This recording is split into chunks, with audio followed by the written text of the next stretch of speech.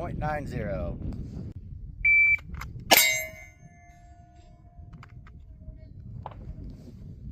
0.89.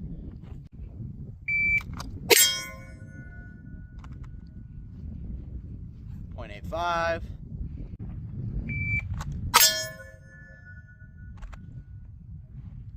0.88.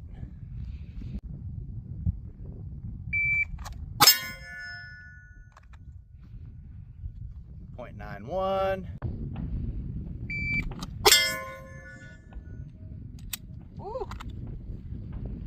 0.79.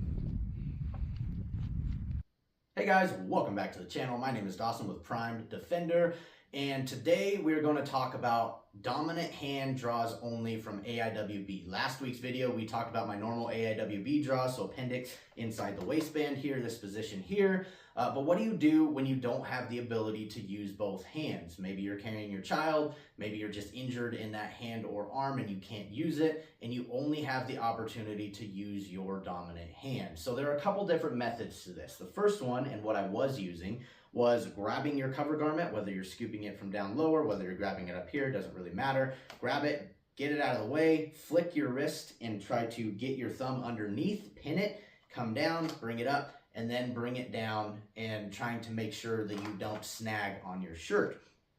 I found some inefficiencies with this because of the hand placement, right? When you grab your shirt, again, whether up here, whether down here, you're grabbing it, dragging it up, but my hand is already sitting on top of the shirt. So I have to flick it, be able to get down underneath it, then come to the gun. And that's causing some inefficiencies with me snagging my shirt. There would oftentimes be, I'd grab and then I'd go to do that and I'd end up catching it with my thumb, and then I drag my shirt out and it can completely screw up your draw, right? Which isn't what we want to do.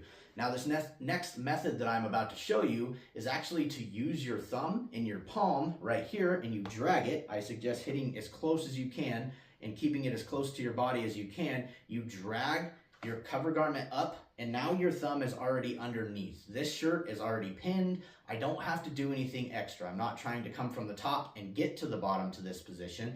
I'm already there. So now I can come back to the gun, bring it out, and do whatever it is that I need to do. Now, another thing that this helps with is even if all I do, let's say I don't bring it up and pin it and then come back down, and all I do is come straight to the gun, like right here, I'm straight to the gun, my shirt is kind of drooped over my hand here, I can still draw and come out of the holster and be just fine and not catch that shirt. Even if I'll drape this completely over my hand here, right? I can still draw and come out of the holster and not end up catching my cover garment. This is a very big deal when you are drawing dominant hand only, right? So the reason this works is partially from my draw, and what we talked about in my normal AIWB draw is when I draw, I don't stick my thumb behind the beaver tail, okay? I don't want to do that because it can cause inconsistencies and extra movement that we don't need in our draw, right? So what I do is I bring my hand to the gun and my thumb is sitting to the inside of that rear sight, but sitting on the back of my beaver tail there, right? As I bring it out of the holster, that's when that thumb comes up and over and I'm able to establish a good, nice, high and tight grip, okay? This is really important for this draw. The reason being, again, as I come here, I'm scooping it up out of the way, down to my gun, okay? My hand and like I said, my thumb is sitting over the top. Even if I put my shirt over, that drags up, like I'll try to catch my gun and I cannot do it, right? Because my hand, my thumb and my hand here is actually pulling that shirt out of the way, just the same as when I brought it up in the first place, okay? So this is extremely, extremely important. Like I said, this is kind of a built-in fail-safe, and not saying that you couldn't snag your gun, and there are different guns, especially with larger beaver tails, that you might do things just a little bit differently.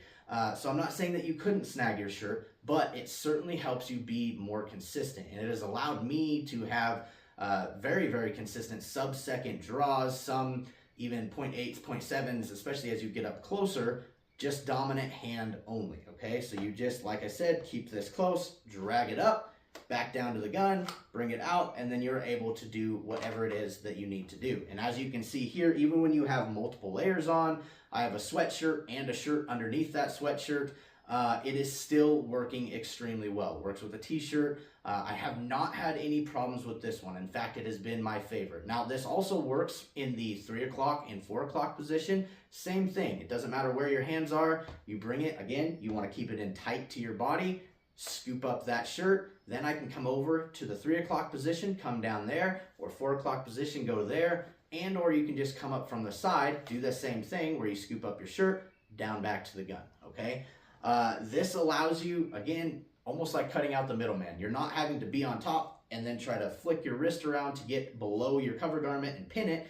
You just drag it up, pin it, and get to your gun, okay? And again, because of how this draw works, it allows that shirt to just kind of shed off of your arm, and then that deflects it from actually catching your gun, okay? It works extremely well, guys. If this has helped you out, please remember to like, subscribe, comment down below. I'd love to have a conversation with you down there if this technique does help you out. Again, either technique that you use, I'm not telling you that either one is right or wrong. Whatever works for you and is more consistent for you, I'm just trying to give you an extra tool to put in your toolbox. So guys, I appreciate you watching till the end. Remember, stay primed, and I'll see you on the next one.